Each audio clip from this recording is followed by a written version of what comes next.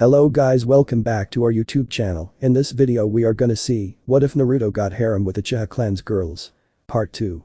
If you want more awesome fan fiction like this, don't forget to hit that subscribe button. So without wasting any time, let's get into the video. Hey, there sis, Shisui greeted me. So what's this all about?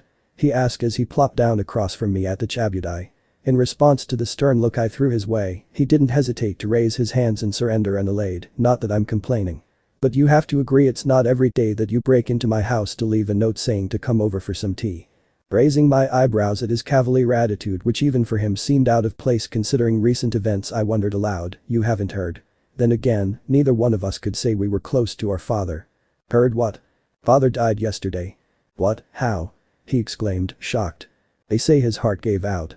At least, that was what Fugaku believed the coroner told him, since I burned his body to ash as is the tradition within our clan after I removed his eyes.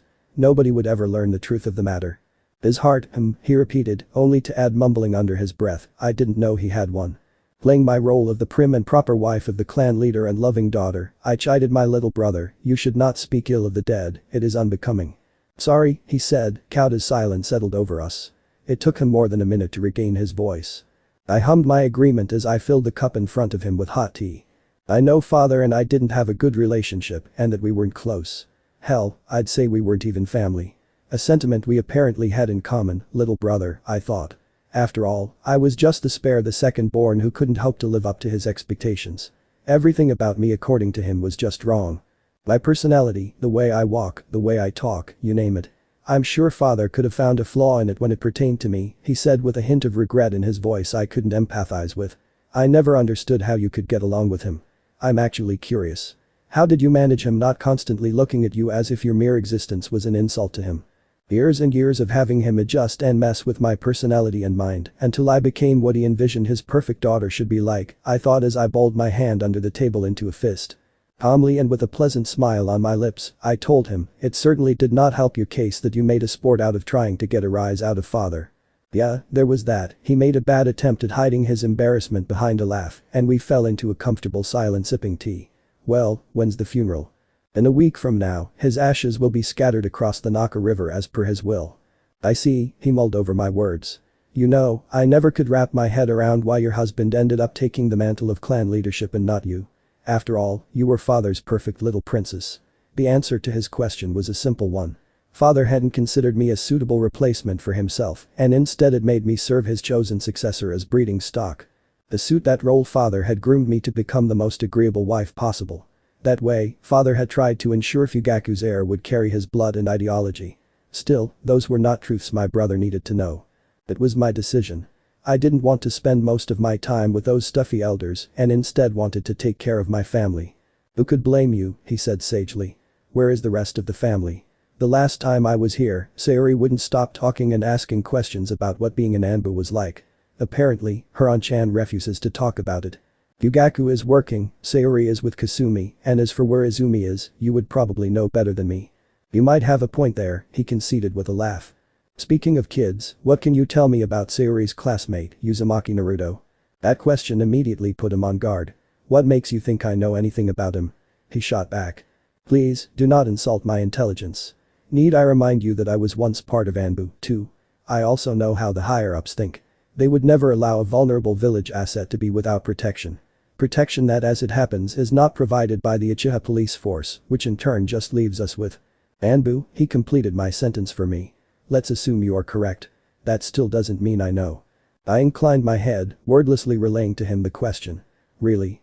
This is how you want this to go down? No, it does not if we were talking about anything else than Uzumaki Naruto. As I mentioned earlier, little brother, I wore an animal mask myself. I know how popular those missions within the village are for obvious reasons, and that for the sake of fairness, there is a rotation in place for all low-risk recurring missions.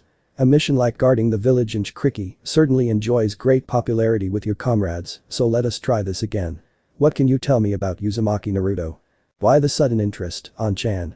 You didn't once ask me about the kids since I joined Anbu, and I've been with them for wow nearly 3 years. Time does fly. I recently regained my freedom and am interested in the well-being of my godson, who turned out to be my kin was on the tip of my tongue.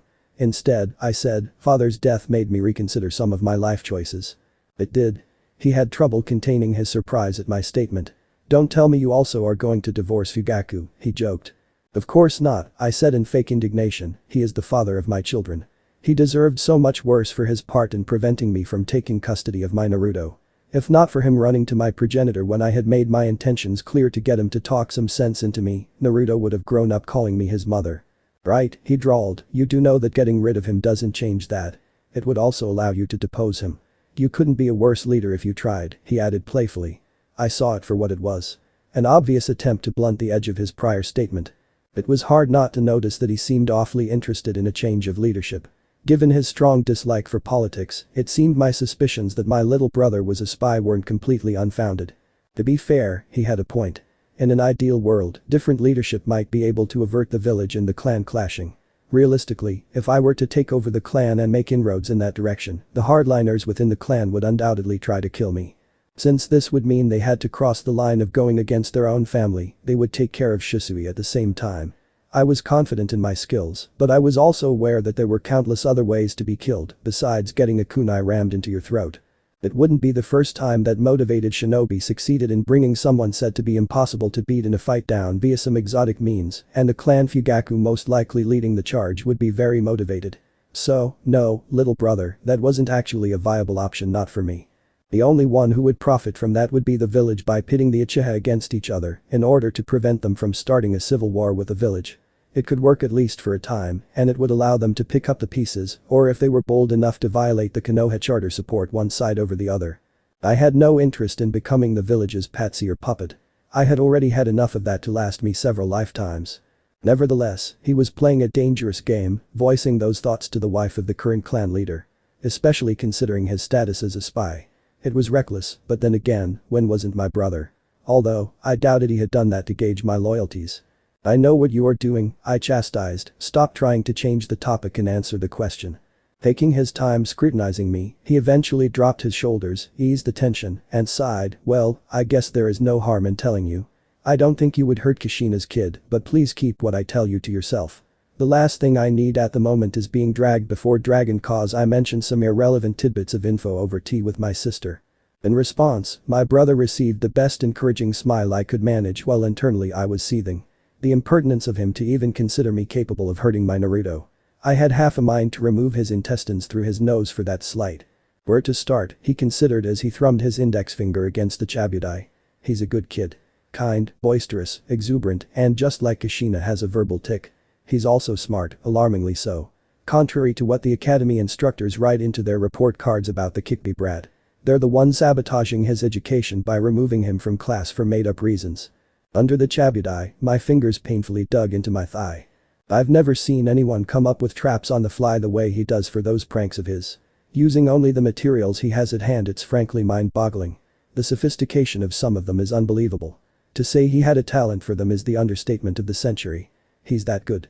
I wasn't surprised there were quite a few overlaps between making a trap and crafting a seal, as both required the imagination and creativity necessary and the ability to piece it all together.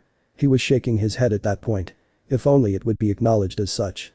"What do you mean?" I asked, dreading his answer. "There's no easy way to say this," he mused, "the kid is ostracized. Pretty much any adult he interacts with treats him like shit, no doubt blending the kid and the monster residing in his seal into one entity. This wouldn't necessarily be a problem if not for the children unconsciously mirroring their parents' behavior, if they are even allowed to get near him to begin with. As you can imagine, the result of this is that he doesn't have a single friend to his name.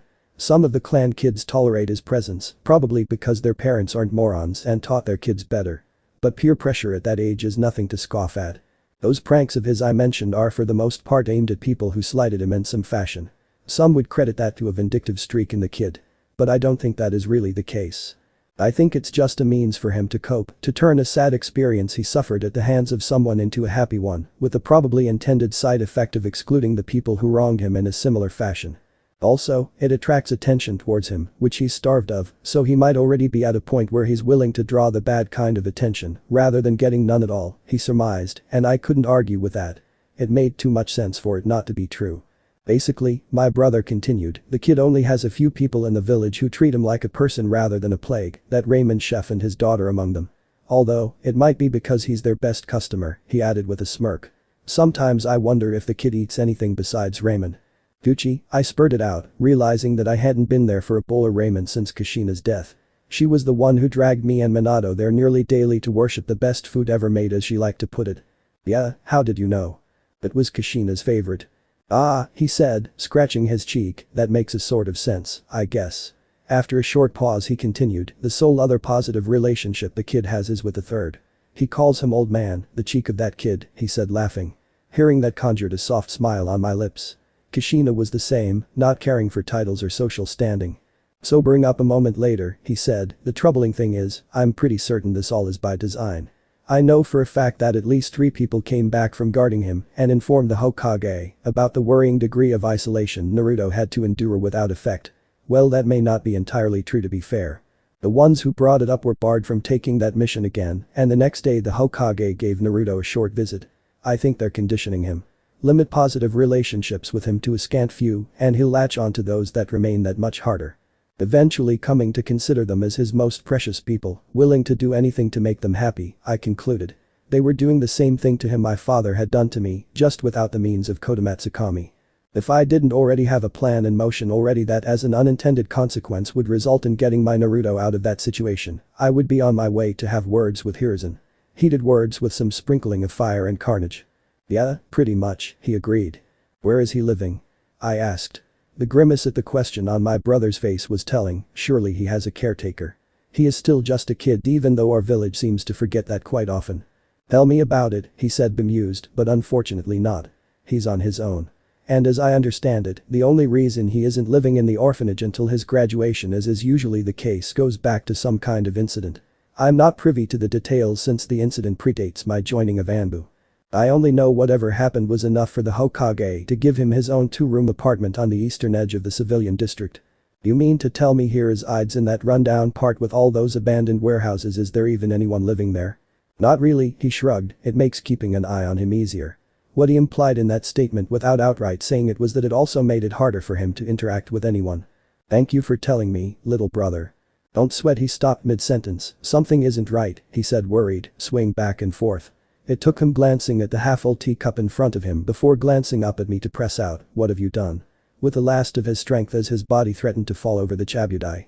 If he was surprised at my eyes being closed as I moved to catch him, I couldn't tell, and he was certainly no longer in any condition to voice it. Softly maneuvering him by his shoulders, I placed his head into my lap and started caressing his head. A croak escaped his throat. If you are wondering why I have killed you, then the answer is that you are a traitor putting the village above the welfare of the clan. You are also too dangerous to allow to live. Your eyes in particular have proven too dangerous to be left in the wrong hands. I also have a need for them. You were also in the way. My real target happens to be the subversive elements who have taken over the Uchiha clan. Their transgressions are too numerous to count. Some I could have found it in me to forgive, but when their actions, even if only by accident, negatively impacted Naruto, their lives were forfeit. A foregone conclusion with me as their judge, jury, and executioner. Do not worry, little brother, I have no intention to exterminate the whole clan. Some will be allowed to live in order to make up for the clan's crimes.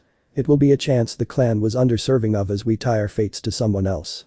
I will make sure this second chance is not squandered, and it will eventually lead to a stronger and better Uchiha clan arising from the ashes, residing in the shadows of something even greater, I explained. Don't fight it. It is futile.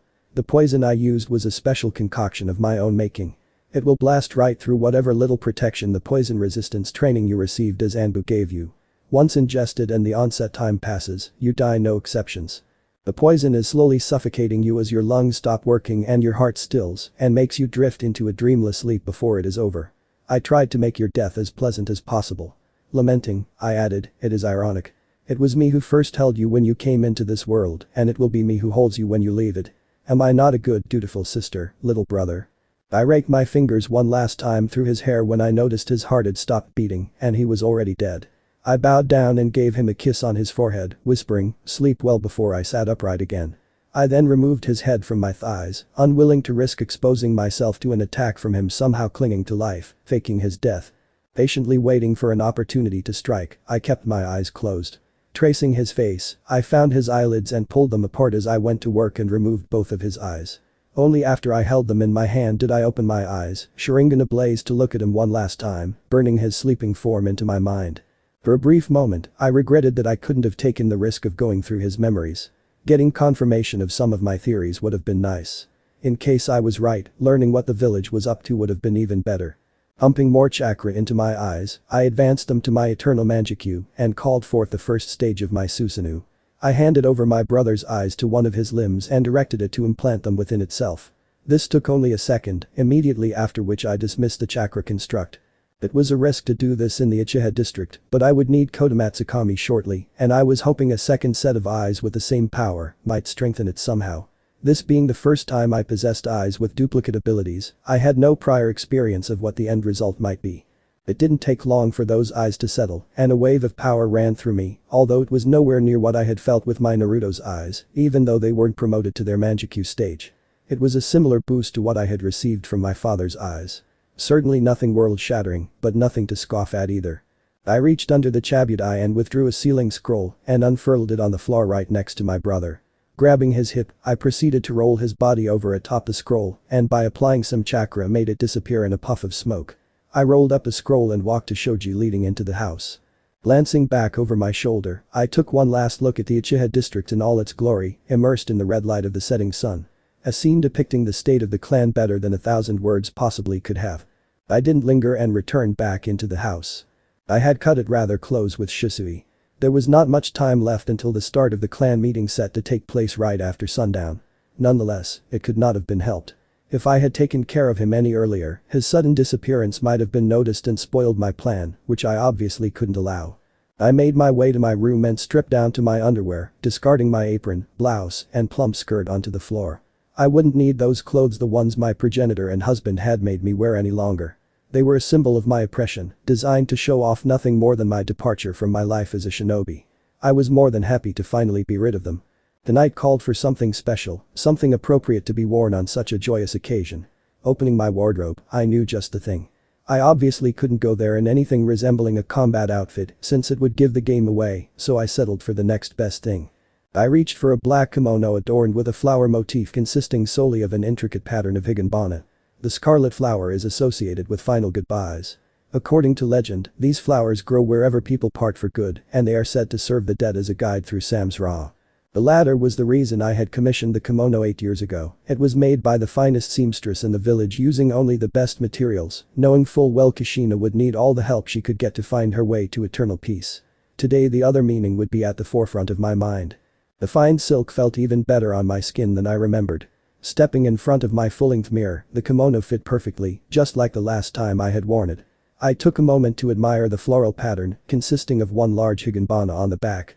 Sprouting from it were 4 dark green tendrils, one trailing along each arm in a wavy line, whereas 2 remaining ones formed a double helix pattern around my legs. Furthermore, there were 2 more large higginbana on the inside of the tayu furusode, so that when my arms were crossed in front of my stomach, it hid the flower pattern from being seen from the front, making it look as if it was black in its entirety. The tayu furusode would take me a few minutes to get reacquainted with. It definitely wasn't the most practical thing to wear in a fight, should it come to it. Despite that, I was sure I could manage. That only left my hair. Wearing my long hair straight didn't pose a problem for a housewife, in contrast to a kunoichi in a fight. Back in the day when I was still active, I would braid it into a single braided fishtail to keep it out of my field of view, but just like my old combat attire, I couldn't wear it without arousing suspicions. As a result, I settled for a plaited low bun. It wasn't nearly as suitable to wear with a kimono as a nihingami would have been, but it was far more practical. I put all my sealing scrolls containing my equipment in the back of my scarlet obi and removed a tile from the floor of my wardrobe. It gave way to a wooden case I removed from the secret compartment. Placing it onto my bed, I opened it and found its contents exactly as I left it earlier this morning as I prepared it. Several vials filled with freshly mixed fast-acting paralyzing poison that needed a few hours exposure to air for its full potency to unfold. The box also contained a few hundred of the finest senbon money could buy. They were fashioned out of bone and specifically treated to add liquid-absorbing properties, making them ideal as a tool for delivering poison. I spent a few minutes carefully dipping them into the poison and watched them soak it up, resulting in a slight discoloring of the senbon, a visible representation that they were ready to be used. When I was done preparing them, I corked up the vials, closed the lid on the box, and sealed it all up in one of my scrolls. Also housed within the box were 2 holsters, which I strapped to my underarms and filled with senbon. As a finishing touch, I used the last few remaining poison senbon and decorated my bun with them. After one last glance in the mirror, I decided then and there this would be the outfit I would wear the first time Naruto would lay eyes on me. It would undoubtedly leave an impression. The next step in my plan warranted my presence during the clan meeting that would begin shortly. I left the house and made my way to the Naka Shrine. It had been a long time since I had last set foot in it. Entering through the front gate, I walked into the main hall and was surprised to find the 7th tatami from the far right was untouched. Even though it wasn't required for me to be the first to arrive, since I simply couldn't have expected this occurrence with any reliability, it was a pleasant surprise nonetheless that would make things easier. I removed the tatami and the ceiling stone atop the entrance and proceeded to the secret underground bunker where the stone tablet was located. The most well-kept secret of the Uchiha clan. Walking up close, I activated my Sharingan and the parts decipherable with it appeared. I must have read them hundreds of times, especially the part depicting how one could obtain the Manjikyu Sharingan. To see the truth of all creation without obstruction, one must first witness true despair. It was oddly unspecific, just like every other line written on it. It resembled a riddle more than true instructions and left a lot of room for interpretation.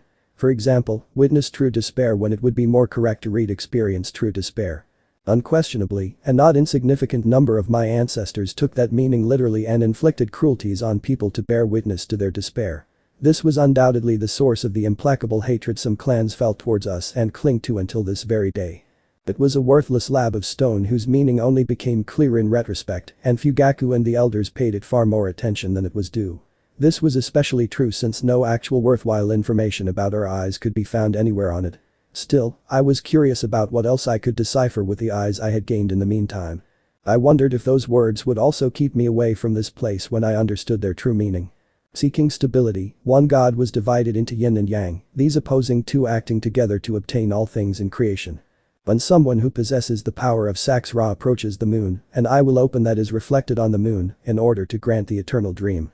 These were the two lines that stood out among the new information I learned, and I had no idea what to make of them.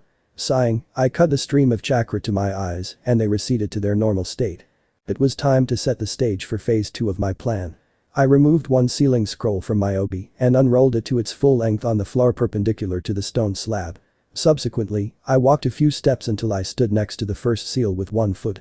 Taking half a step with my other foot, I lowered myself down vertically, bending my knees until I could touch the array and unsealed its contents, all the while taking great care that my Furuso didn't touch the ground.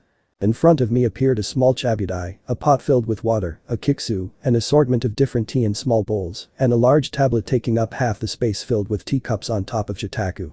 With another touch, I activated the heating seal at the bottom of the water pot. I raised myself from my kneeling position and walked a few steps to the next seal and repeated the whole process 11 more times. By the time I was done, the first people had arrived. Most couldn't hide their surprise at seeing me here. Even so, no one approached me, trying to silently sate their curiosity until Yuka came down the ladder. She was the eldest granddaughter of Elder Kaido, one of the most ardent supporters of my late progenitor's policies, and a close friend of Fugaku.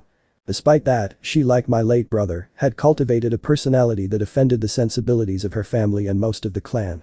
How could she not, with her happy and bubbly personality? There was talk to replace her as the heir of her branch of the family, with one of her younger siblings or cousins. It likely would have happened if not for her talent as a kunoichi and the prestige she had earned the clan by breezing through the opposition at the last Chunin exam held in Konoha. Without showing the whole village that she had more than earned her promotion, she undoubtedly would have already lost her position. The girl, even though not quite at Izumi's level, was still one of the few bright sparks remaining within the clan. She was accompanied by her older friend Nagi, a stern and silent girl who on more than one occasion was called Yuka's shadow. It was an apt description since they were rarely seen apart even before Yuka had been promoted and they had formed their own team with two other Chunin. "Mikoto-sama," she happily exclaimed, her bouncing step coming to a halt in front of me. "What are you doing here? Why? Am I not welcome?" I asked back in a no-nonsense manner that had her visibly recoil. Struggling for words, that's not what. "I was only teasing," I said, ending her struggle with a smile playing on my face. "I am here because, after my father's death and the difficult situation we find ourselves in, I deemed it necessary to show my support to my husband and the clan." I kept my repulsion at calling Fugaku that to myself with practiced ease. "Oh," she faltered. It was hard not to notice her disappointment. It was unsurprising, since she was one of the most likely candidates to oppose what the clan was attempting to do. That was a position that could be quite dangerous, because everything that was discussed here could easily be construed as treason. Thus, any dissenter or even people who simply showed reluctance to get behind the proposed idea were immediately suspect and faced with increased scrutiny. It required a careful balancing act. The instant she went over the line, she would be neutralized. The last thing this little conspiracy needed was someone tattling to the Hokage. It was too bad for Fugaku that if I was right, it had already happened and directly under his nose, too. "I could use your help with the tea," I said. "Of course, Mikoto-sama." We split up and went to a chabutai each. Kneeling in front of it, I placed tea into the kiksu and poured hot water over it. With the help of 2 other girls, each of us had to repeat this just 3 times. This was admittedly a good thing, because it allowed us to return to our first kiksu in a timely manner. Since we were also practiced in pouring tea, filling the cups of each chabutai didn't take any time at all, ensuring the tea didn't get too strong. Shortly after I finished and placed the last kiksu back on the table, murmuring went through the crowd announcing Fugaku's arrival. The people stepped aside to let him pass to the front of the room. Standing up, I took the tablet and took 2 steps to the nearest cluster of people and handed it to an older woman and gestured for her and her companions to distribute the cups among the people. I didn't wait for them to start as I made my way to the stone slab. The cursory glance around the room revealed that while we had prepared tea, the rest of the clan had arrived, at least those of Chunin rank and above not on duty.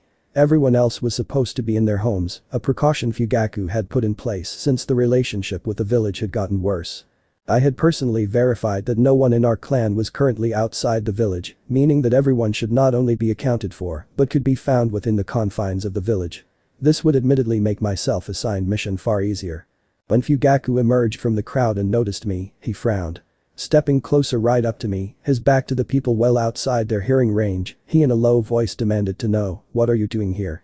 My brother informed me that his duties would stop him from participating today, and I thought with the death of my father, someone from our side of the family should be present. He scoffed at that. "You thought wrong.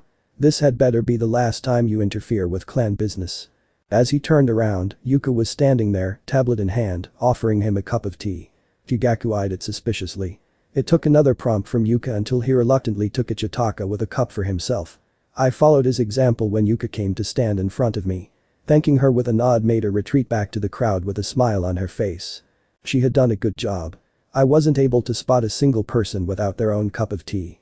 Not that this was saying much, since my view of the people at the far end was severely limited. Still, I didn't think many would decline a cup of expensive tea, not when their clan leader had gotten one himself. As custom dictated, it was discourteous to refuse to drink with your host, which for all intents and purposes was Fugaku. So when he moved the cup to his lips, the room followed. Out of the corner of my eyes, I noted that he didn't even wet his lips with the brew and just faked taking a sip. The shinobi paranoia at work not to drink or eat anything you didn't check for poison. Admittedly, I was sure he wasn't the only one in the room choosing not to drink anything, not that it would make a difference. Placing the cup back on the chitaku, he called Yuka back to him with a wave of his hand and put it down on the tablet. Meanwhile, I was counting the seconds in my head. Fugaku was just about to open his mouth and begin with his speech when Yuka wobbled on her feet and was caught by Nagi before she could fall down. Before Nagi, in one of the rare instances she talked, could voice her concern, she too lost her balance and with Yuka in her arms slumped to the ground. There was barely enough time for the alarm to show on the faces of the older and bigger shinobi when they followed after them to the ground, their bodies paralyzed. Next to me, Fugaku suffered the same fate as everyone else in the room, leaving me as the sole exception still on her feet. With my Sharingan active, I swept the room, expecting to be attacked any moment by someone who had avoided getting poisoned. When after several long moments it didn't happen, I brought my hands up in a cross seal and created 2 Kage Bunshin. Reaching into my obi, I took out another scroll, unfurled it and released its contents. A large stack of palm-sized paralyzing seals. I split them up between my clones and myself. The seals in my hand were put in a breast pocket of my kimono for ease of access. I resealed the scroll and put it back in my obi. My 2 clones immediately went to work and turned all the people onto their backs and then placed a seal on their foreheads. After they were applied, they emitted a faint blue glow signifying it was active and the recipient's chakra sealed off. The precautionary measure, since I simply couldn't rely on the poison to keep them incapacitated as long as required. Contact poisons were unreliable by nature, the amount that gets absorbed through the skin is dependent on too many variables. Someone simply wearing gloves or the number of fingers used to hold the teacup was enough to significantly impact the effectiveness and duration. It didn't help matters that the poison was applied to the outside of the cup as a thin film of colorless varnish which would excrete the poison when the cup temperature went over a certain level. Taking into account different fill levels of the cups and water temperatures, it was impossible to tell how much poison was actually released from the varnish. There was also each individual's constitution to account for, with mass and resistance to poison being the two major factors. No, the poison alone wouldn't suffice. I followed behind my clones as they worked through the room and gave every person with a seal a cursory medical scan and sorted them accordingly into two categories before I stored them in my Kamui dimension. It was a risk I was taking. Despite Kamui being a very convenient storage space, I couldn't risk placing sensitive things in it for a prolonged amount of time, not with Kakashi out there possessing Obito's other eye, which I suspected was connected to the one I possessed. Given the time constraints I was under, my options were limited. Working in tandem allowed us to go through all the people in a short amount of time despite their numbers. When the clones were done with their task, they began removing all the remaining evidence. The cups, spilled tea, and dropped items. They were still doing that when the last of the prisoners vanished in a swirl. There was just one last thing left to take. With measured steps, I made my way to the front of the room. In spite of my aversion and the questionable usefulness of the stone slab, it was still a relic of our clan, and without all the Sharingan firmly under my control, I couldn't risk leaving it behind. Someone might actually be able to make some sense of it. Placing my hand on the stone, it joined the prisoners. I gave my clones one last look over my shoulder, it wouldn't take them much longer to finish. This would leave them free to raid and collect all the clan members who weren't here or on duty today, mostly children and the elderly, and the rest of their and the clan's valuables. I vanished in a swirl. A moment later, I appeared right outside the Uchiha police force headquarters. It was an unsightly building in more than one regard. If I were to name the one thing that upset me the most, it would be the usage of the Uchiha clan symbol as part of the police force symbol. My grandfather and father had made a monumental mistake in allowing the clan to be openly tied to the police force, resulting in many believing our clan and the police force to be one and the same. This widened the divide and was the root cause for many of our problems. People didn't like others policing them, and they liked it even less when it was lorded over them. Apparently, the Uchiha pride which many of my kin seemed to have been born with didn't allow for anything else. This created lasting resentment, and it certainly didn't help matters that the police force wasn't partial to wearing a mask like Anbu to protect their identities. With a smirk, I stepped into the building. At least severing those ties would help me release some stress. It had been some time since I had let loose, and straw dummies were a poor substitute for the smell of blood, the sound of breaking bones, and the sight of life leaving an enemy's eyes. Mikoto-sama, I was greeted by the Chiknin, manning the large reception desk in the middle of the lobby. He served as a gatekeeper to the rest of the building through the corridors behind it. It's a pleasure to see you. How may I be of service? His name was Junichiro. He was a pleasant enough man. Eager to please, married, one kid, a 2-year-old girl by the name of Ryoko. He was the embodiment of what was wrong with our clan by deciding to stagnate for the last 12 years. He solely relied on his eyes to get him through the drunken brawls his superiors sent him to stop, instead of trying to become the best version of himself. I was convinced that anyone born with the advantages our heritage provided should be able to get themselves at least rated as an A rank shinobi in the bingo books. At the end of the day, it wasn't that hard to do. Shuffling closer to him as quickly as my outfit permitted, I arrived at the front desk. Giving him an alluring smile, one that I didn't even have to fake at the prospect of never again having to call Fugaku anything other than his name, I asked, "I am looking for my husband. He has not come home yet." It had the intended effect of lowering his guard, which was nearly non-existent to begin with. "Just a moment," he declared. The instant he took his eyes off me and looked down upon what I assumed was a list outside my field of vision, I struck. My hand darted forward faster than a normal eye could track and closed around his mouth, keeping him from making a sound, thus allowing for the senbon held between my index and middle finger to break his skin and flood his veins with toxins, which started to do their work. In one moment, his eyes widened when he realized what was going on, only for him to slump against my arm the next.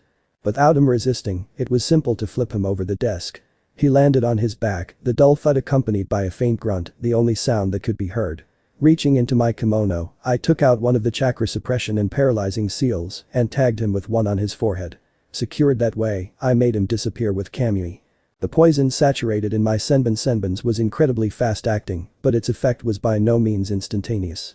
Not that this would have changed the ultimate outcome if he would have managed to alarm his comrades.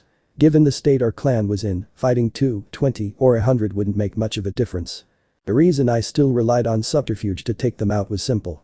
Having to hunt down kinsmen fleeing in all directions was not my definition of fun, especially not while wearing a kimono, and they would flee were they to witness me taking down a dozen of their comrades without a single scratch. So, taking them out in small groups was definitely less of a headache. I walked around the desk and flipped through the duty roster. 26 on site and 12 two-man teams on patrol in the village. 50 altogether, so quite manageable. Fortunately, none of the teams was supposed to be back for another half hour, as their shifts were staggered to ensure there was always a police presence on the streets. After some rumination, I decided to go through the station one room at a time. In order to do so, I created 3 additional shadow clones, reducing the chakra at my disposal even further. The clones' help would save some time, allowing me to send one of me down each corridor. A quick henge later, we all assumed the likeliness of Jinchiro. It wouldn't hold up to scrutiny. The Sharingan could effortlessly penetrate this academy-ranked jutsu. This was one of the reasons given, besides it being a good lie detector, that it had to be us who policed the village. For the Sharingan to matter, they would need to look at me with it activated. To the best of my knowledge, there was a standing order in place to flash your Sharingan at everyone approaching you that you had lost sight of for more than a moment in order to prevent the exact scenario I was about to implement. So, in theory, my approach shouldn't work. Then again, people grew complacent, doubly so when away from the battlefield, and if the Uchiha clan under Fugaku's leadership had become anything in spades, it was complacent. Walking down the corridor, I reached the first office. The door was slightly ajar, and the sound of a dipped pen scraping on paper could be heard. Without pause, I opened the door and stepped inside. 2 heads bent forward over their work turned my way, neither bothering with activating their Sharingan, reinforcing my decision not to rely on a stealthy approach. But the room only having 2 small windows and only one other way in, getting discovered at some point sneaking down the hallways was a foregone conclusion. "What is it?" one of them asked, irritated at his work being interrupted, the smile on the face of the person I pretended to be, not deterring the harsh response to my presence in the slightest. Not that it mattered, as 2 senbon sank into the neck of the chinin in the room the next instant. The surprised what escaped the throat of the one who had addressed me as he slumped over in his seat. His female partner managed to close one hand around the senbon as she sprung from her seat. The other hand went to the kunai holster around her thigh, never getting there. Her hand stopped halfway as vertigo hit her, and she fell down onto the floor. I remained standing in the doorframe, keeping an eye on the corridor in case anyone had overheard something and came to investigate. After waiting a few seconds in which I intently listened and heard nothing to that effect, I fully entered the room, tagged them, and transported them to the rest. Back in the corridor, I made my way to the next room when a door further down opened and someone stepped out. The man was balancing more than a dozen scrolls stacked on his arm, nearly impeding his vision. He walked towards me, most likely headed for the archives. A short nod my way was the only recognition I received. I waited for him to pass me by when my hand struck sideways and put a senbon into his neck. Immediately turning on my heels and using chakra strings, a trick I learned from some Suna puppeteer during the Third Shinobi World War, I was able to prevent the scrolls from clattering onto the floor. With my other hand, I caught him and leaned him against the wall where he was slowly sagging into a heap. I secured the scrolls, tagged him, and made him and the scrolls join the others. It was getting boring tedious really to take them out. I didn't remember any mission ever being this mind-numbingly easy and repetitive. The thrill of battle that got my heart pumping with glee on many occasions was surprisingly absent. The whole thing started to feel more like a chore than an actual battle. By now, I fully expected to have gotten at least one fight out of this. There had been a persistent itch for one since the moment I had seen how the village had treated my Naruto. So I dropped the henge and took a few steps into the break room. 5 of my clansmen were spread throughout. 2 of them were standing near a table with a tea set atop it. One of them poured himself a cup of tea that I had smelt all the way back in the corridor. 2 more were engaged in a soft conversation sitting on chairs in one corner of the room. Then there was the last person, who after just closing a cabinet and fetching himself a box of bika, turned back to the room only to see me standing there. "Mikoto-sama, what are you doing here?" he asked when he finally overcame his surprise after a protracted few seconds, in which I could have ended him and everyone in this room a dozen times over. His words alerted the others to my presence, and their eyes landed on me nearly simultaneously. Inclining my head sideways, with a smile, I answered truthfully, "I am here to kill you. Please struggle to your heart's content." The one taking the first sip from his freshly poured tea nearly choked on it. As the one who had first addressed me said, "Surely, your jock." That was as far as he got as the kunai I threw at him with a flick of my wrist was stopped just inches away from penetrating the skull of the sole girl in the room. Only the quick reflexes of her conversational partner, who caught the kunai midair, Sharingan ablaze, saved her from her brainstem being punctured. The shock of the rest was short-lived as they, too, flashed their Sharingan, and those already standing settled into a loose stance. Finally, I just hoped they wouldn't be too much of a disappointment. My kunai was returned to me in a vicious but well-aimed throw, which to the chagrin of my adversaries, I had no trouble fishing out of the air, just in time to deflect the barrage of shuriken coming at me from the 2 at the tea counter. The girl tried to put me into a genjutsu as our eyes briefly met. It was a crude attempt that might have worked on Fugaku as untalented as he was at genjutsu. On me, the genjutsu didn't even take hold, washing over me without effect. Dropping the box, the last one in the room started a sequence of hand seals. It took him completing the first two to clue me in on what jutsu he was about to use. By then, the rest, sans the girl, were upon me, kunai in hand. Their initial attack wasn't half bad. Perfectly timed, striking at different targets simultaneously. I met the attacks of two of them head-on, disrupting their timing. The kunai of the attacker to my right was blocked by my own, and I caught the kunai-wielding hand of the attacker to my left in an iron grip. This left only the one in the center, who given the space constraints with the two allies beside him, had to rely on a thrust. Using the forward momentum of the attacker to my left, I slipped past his arm with a step to the side, while simultaneously guiding him into the path of the thrust. It was only thanks to the Sharingan's insight that he could stop the thrust in time before the kunai was buried in his comrade's back. But that simple slip, I maneuvered them all into a line, right in front of me. It not only put a sudden stop to their plan of surrounding me, should their first attack fail to bring me down, but also put them into a position where they couldn't help each other for just a moment. This was an opportunity I took full advantage of by severing the tendons in his arms before I let go of his hand. A kick to the side of his knee accompanied by the familiar crunch of it breaking was my parting gift before I retreated back another step. The glance toward the back of the room confirmed that my last opponent was still attempting to use a jutsu. Him spewing a fireball when he ended the sequence of hand seals was something I couldn't allow him to do. Not because I had to fear the jutsu blocking or evading it wouldn't be that difficult, even in this confined space. It was the fire it would undoubtedly result in with all the combustible items around which would be the problem. I was not referring to the reduced visibility it would create. I could deal with that and was used to it, to be honest. There was hardly anyone out there worth their headband who hadn't tried to take away the advantage the Sharingan provided during a fight. Yet I doubted the same could be said about my adversaries. This didn't mean the smoke wouldn't be a problem. On the contrary, the smell would carry on the wind, and the smoke column even at night with the scattered light coming from houses might be visible and attract undue attention. I would be better off without it. Under normal circumstances, I would have used a genjutsu to take care of him. Subtly influencing someone into believing he had opened his mouth when he hadn't, thereby confining the molded fire chakra, trying to escape his mouth to the inside of his body, would have been the most straightforward and efficient solution. Using the inherent danger that molding chakra within your body carried against him by burning his inside to a crisp. Unfortunately, doing this would most certainly kill him.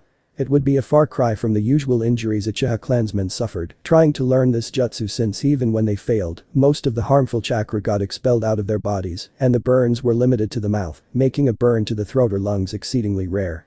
Even those with a way for the chakra to escape were nothing life-threatening, unlike my genjutsu, which had been devised for one purpose only: to kill opponents using their own jutsu against themselves. Since I needed them alive for now, I chose a different way to deal with him. Pulling at the chakra string extending from my finger to the shuriken sticking out of the walls behind me, they detached and were flung in wide arcs at the opponent in the back. Their numbers, despite their high speed, were nothing that anyone wielding a Sharingan should have a problem evading, which was precisely what I was counting on. For him to assume this to be a desperate attempt at stopping his jutsu from completion. He dodged the shuriken by the thinnest of margins. A small step to the side and inclining his head to the side was all it took to make them miss. In doing so, he positioned himself exactly where I wanted him to be. Thus, by the time he noticed the Kage shuriken I had hidden in the shadow of the shuriken he had dodged, it was already too late to do anything about them. The widening of his eyes in surprise was immediately followed by a scream as his body was littered with metal stars. As a result, the control of his chakra wavered and the jutsu was cancelled. The damage he suffered from my attack was concentrated on his arms, stemming from his attempt to shield himself. His Konoha vest prevented the shuriken from inflicting more than superficial wounds on his torso, ensuring he would live, while the ruined state of his arms would keep him out of the fight for good. All that was left was to make sure he wouldn't get any ideas like going looking for help. My other adversaries weren't idle while this happened and renewed their attack. Jumping over their comrade who was cradling his knee on the floor, they fanned out, trying to flank me. I parried a kunai from the left and then ducked under a high kick from the right as I circled left. It moved me out of the reach of the adversary to the right, forcing him to follow along as I defended against the increasingly frantic attacks of my leftmost adversary. He must have realized that I was out of his league, and the only reason I hadn't skewered him yet was because of his friend. Every attack I would commit to would inevitably put me right back within his reach. Faced with non-Uchiha, I wouldn't hesitate a second to do exactly that, but against them, even if the short exchange allowed me to determine that my eye for insight was superior to theirs, It didn't make enough of a difference to allow me to escape unscathed, not within the limits of what I was willing to utilize against him. Additionally, I was convinced I hadn't seen the full extent of what he could do. His speed had increased compared to his first attack sandwiched between the others. The high kick I had previously evaded had been without flaw. Fast and powerful, an exact replica of what that guy kid showcased in his Junin exam, and spoke volumes about his dedication, because without proper physical conditioning, not even copying from a master would replicate those attributes. If not for his partner, who was more a hindrance than a help, taking him down into jutsu might actually be a decent workout. Still, before that could happen, I needed to get rid of any potential interlopers. While the sparks flew left and right from my kunai clashing against those of my attackers, I noticed from the corner of my eyes that the girl was readying another attack as she went through some familiar hand seals. Bringer of darkness. It was quite presumptuous to think Tobirama's anti-Uchiha gain jutsu would work on the heiress of the clan. Still, it deserved credit for an Uchiha to make the effort in learning non-Sharingan based gain jutsu, and she'd had to learn it the hard way. Tobirama had gone to great lengths to guard his jutsus against being stolen with a glance from the Sharingan. It was exactly what I needed to create an opening for myself. Meeting the girl's eyes for an instant, I put a simple gain jutsu on her a split second before she cast her own. I switched the position of me and her comrades in her perception, timed in such a way that even were she to notice the gain jutsu and immediately flare her chakra to disperse it, it would inevitably disrupt her own. Doing both of those things simultaneously required a chakra control seen only in a select few each generation, a group she was not part of, given the minuscule amount of chakra I saw her waste in her first gain jutsu. My opportunity to act arose the instant the eyes of the man in the back glazed over, informing me that the gain jutsu had taken hold. I deflected the kunai aimed at my chest to the side, and for the first time in this exchange went on the offensive myself. A step forward put me right past my adversary's guard with his arm flung to the side and out of position, leaving him vulnerable. The fast cut near the armpit severed the tendons in his arm as he tried to retract it to his body, only for him to lose any control of the limb, and the kunai it held clattered uselessly onto the floor. Instead of hurting him further to remove him from the fight for good, I punctured his neck with one of my senbon. Now that I was free to do so, I also threw a senbon at both of the other men lying on the floor in agony. It took mere seconds for their moans to subside. As a result, there were only 3 people left standing in the room. As I looked them over, it became clear that their ability to continue was questionable. The man was stumbling around, blinded by the gain jutsu he was hit with. As always, I took the greatest pleasure in using my enemy's jutsu against them. The girl had managed to break my illusion just in time to witness her comrades being taken down. Condemned to facing me alone, she let her hands drop to her sides, finally coming to realize the futility of resisting, ready to accept her fate. It was not unheard of when people experienced an unsurmountable gap in ability that the will to fight left them, but I had expected better from an Uchiha. Obviously, I hadn't expected her to measure up to Kushina's lack of common sense, simply unable to comprehend the phrase give up. Nobody would. Seeing an Uchiha doing it didn't feel right, though. I was about to act on my irritation when something unexpected happened and the girl fell to her knees and prostrated on all fours in front of me, beseeching, "Mikoto-sama, this unworthy one begs for your mercy. Please allow me to swear myself to you." Understandably, I was taken aback by this. Was this girl so pathetic as to resort to begging for her life? At first, I thought this might have been a ploy to divert my attention to her.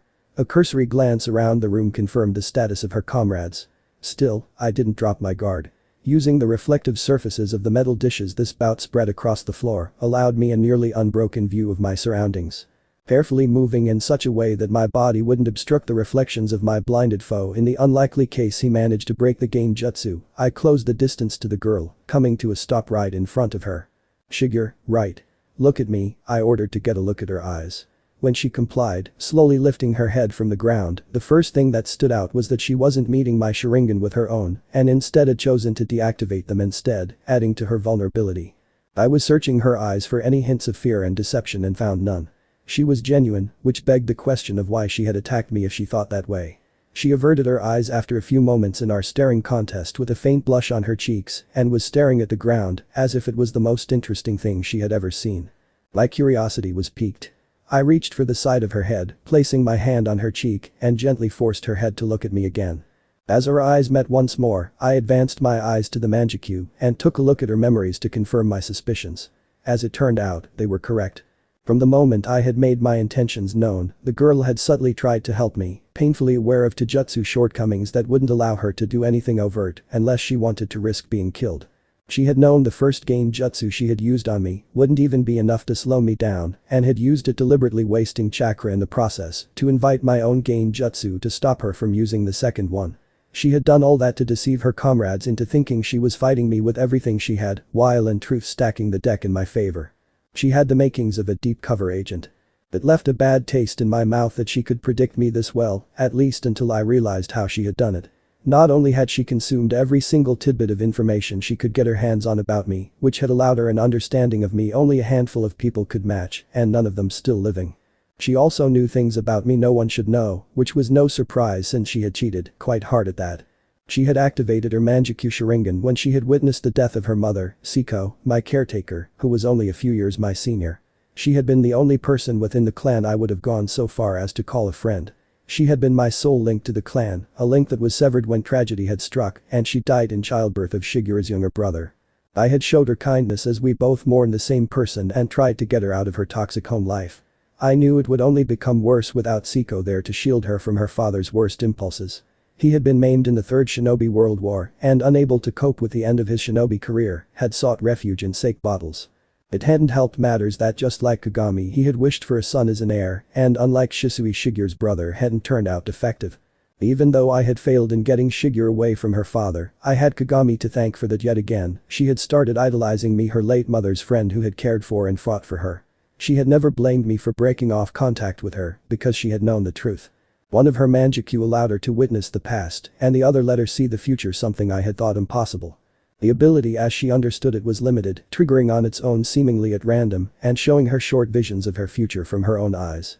Her other eye didn't seem to have the same restrictions and allowed her to view past events that took place at the location she used it. It explained why she was nearly blind in her right eye. Both abilities took a heavy toll on her eyes and without being able to control her glimpses of the future and not daring to experiment with it, fearing she could accelerate her descent into darkness, blindness was inevitable. This was in contrast to the damage to her left eye, which was completely self-inflicted on her quest to learn more about me. It had been the only way she had thought she could give herself the illusion of being close to me after she had learned what Kagami had done to me. It had been heartwarming to see the despair she had felt for my sake, while at the same time, I should have felt resentment for her inaction, even though seeking me out would have changed nothing. The opposite was true. It could easily have made things worse for both of us. She also had a very convincing excuse. Having seen a glimpse of this exact moment, she had known I would eventually rid myself of the chains cast upon me. It was a curiosity that she had seen the vision of this moment years ago. It was an outlier that allowed her to look far further into the future than the mere days of any other vision she had ever, the common factor that every time it had happened, she had been forewarned about a situation in which her life was arguably in danger. This one didn't fit alongside the other premonitions. Not only did she remember her eye bleeding uncontrollably after receiving the vision, but she shortly thereafter indicated a far greater strain than all her previous and later visions, and strongly hinted at a correlation between the burden and how far into the future the event shown to her was located. Yet it also hadn't saved her life, at least not from me. Since she fulfilled all the requirements I was looking for in members to rebuild the clan with, I had no intention of killing or inflict lasting harm on her. The same couldn't be said about the rest of my clan. On second thought, taking into account her emotional state when she had received that vision and what she was about to do, it became clear that it had saved her life, even though it didn't look like it at first glance. She had been given exactly the information needed to stay her hand from doing something desperate and trying to save me, and knowing I would free myself would do the trick. I could only assume the deck was stacked against her and that she would have inevitably failed. This obviously meant that those random snippets she was shown weren't truly that random, and her ability was more than just showing her the moments before death's cold embrace. It was influencing her decisions to get her to walk down a path that wouldn't kill, was as if her visions had a mind of their own. Since the girl was still staring up at me, awaiting my decision, I finally said, "Do you even have to ask? As Siko's daughter, there will always be a place at my side for you." A shy smile was the response I received. "Sleep," I said as I jabbed her with a senbon hidden in my hand, cupping her face. "We will talk once you awaken." Before she could form a reply, she lost consciousness and slumped against my hand. I gently lowered her to the floor and proceeded with her as I had with the others, putting a paralyzing seal on her and then storing her in my Kamui dimension. By the time I stood up from my crouched position on the floor, my last remaining adversary had stopped his stumbling around. He had his guard up, his head turned sideways, and was attentively listening to any sound in the room. I couldn't help but sigh at this pathetic display. Here I had held at least some hope regarding the skill of this one, only for him to also fall short of my expectations. While not immediately breaking out of the illusion he was caught in was forgivable, still being trapped in it after all this time was not.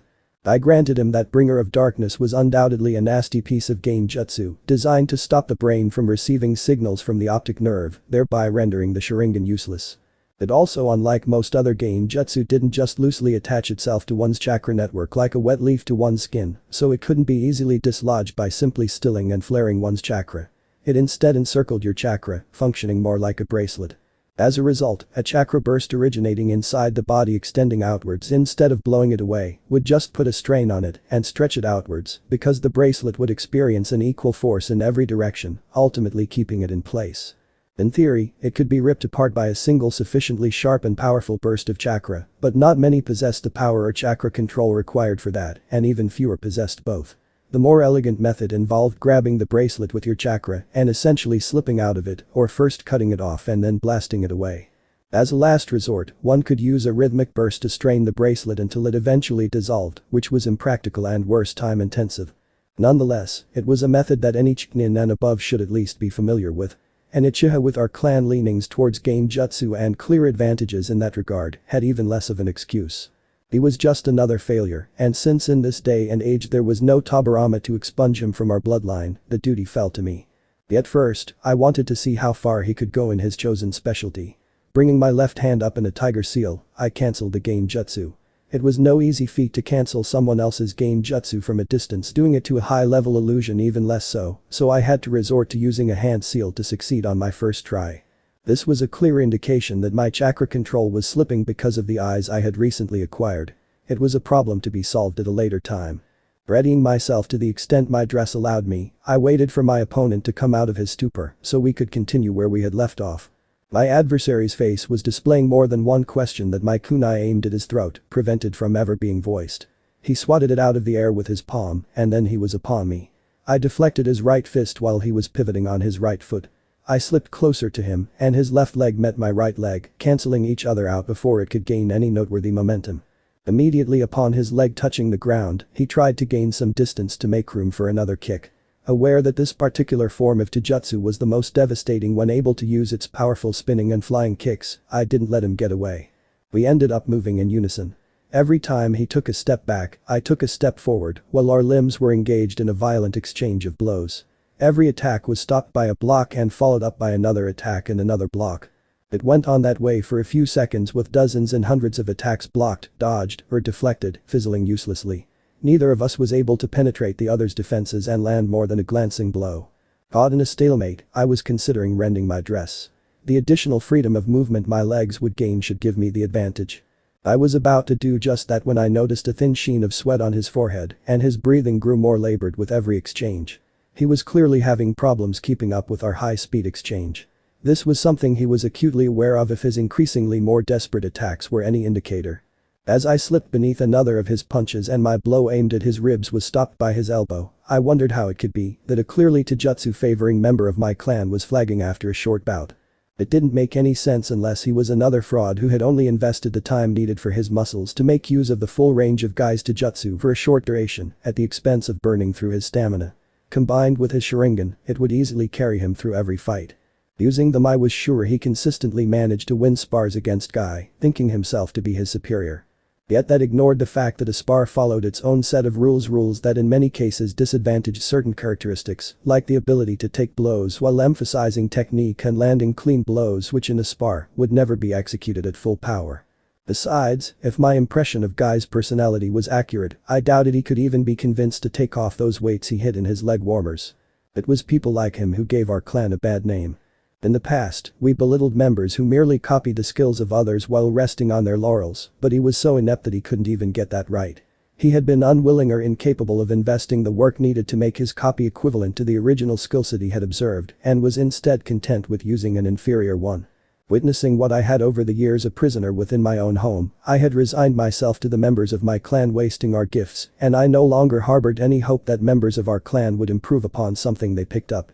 Gone were the times when our clan strived for perfection, but this was just disgraceful. It wouldn't be long now, and there would be a noticeable drop in his speed. From there, winning the fight decisively could be done with relative ease, not that I intended to give him the satisfaction of losing to me by being outlasted.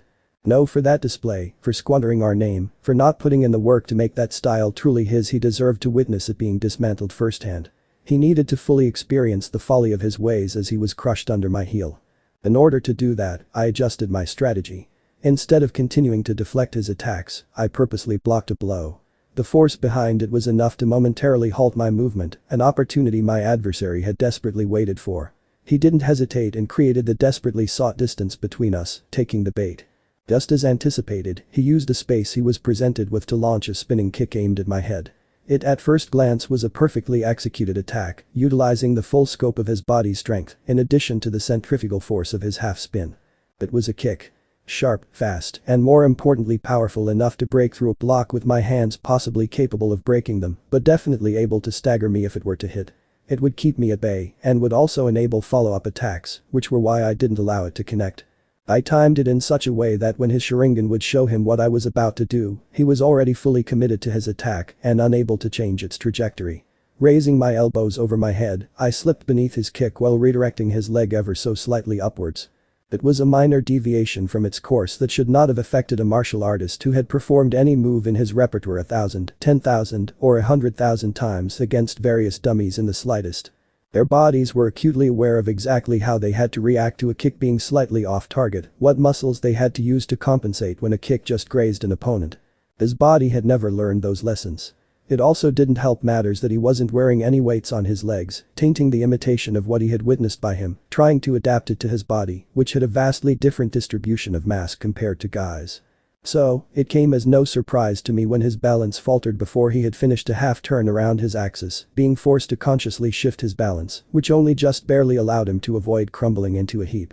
Readjusting his balance mid-spin came at a considerable cost, resulting in the loss of a great amount of momentum and speed. This turned an attack that was supposed to make it nearly impossible for anyone to close the distance between his kicks into a joke. Additionally, his near stumble also prevented him from building up more speed and momentum on its second round. It was a cakewalk to slip through the gap this created in his defense between his two attacks. It was unfathomable to me how someone could overlook such a fatal flaw that should have become obvious within the span of a few dozen serious spars. When I got within arm's reach of him, he had his back turned to me with one leg in the air. That allowed me to use my legs even within the constraints of my dress. With his whole weight situated on one leg, I swept his leg from under him with a kick against his ankle.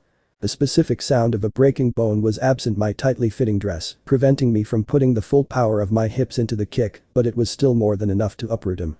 His leg uncontrollably flew past his hip height, the effects of my kick and the remaining momentum of his attempted second kick, twisting his body into something resembling an ugly art piece as he shifted in midair, trying to brace himself for his landing. My attack would have stopped here if I had managed to break his leg and thereby succeeded in removing his ability to use his kicks. Unfortunately, I couldn't rely on my little trick working again. I extended the knuckle of my right hand middle finger and struck his spine. A moment later, he hit the ground with a groan. He immediately used his arms to push himself up into the air, intending to flip himself upright before I could push my attack. It failed spectacularly. Instead of getting his legs under his torso, they just flailed uselessly through the air.